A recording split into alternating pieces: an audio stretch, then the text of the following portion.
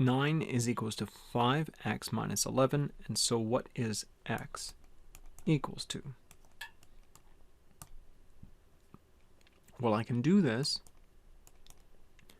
in this way as well. If you see that your x is on the right-hand side, you can leave it on the right-hand side. You just have to get rid of everything else and push it over here so you can find out what is equals to x. And so if I'm looking at 9 is equals to something multiplied by x and something being subtracted by x or from x, I need to undo these operations that are going on here. So for example, right now I'm subtracting 11. So I'm going to add 11, but as long as I'm doing that to the one side, I have to do it to both sides.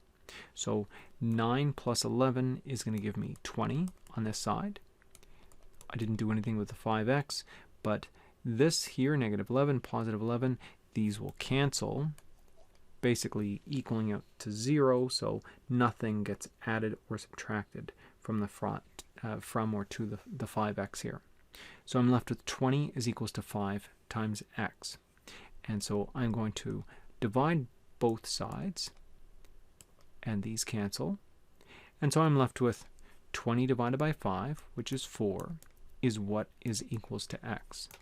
And so my answer is B, 4.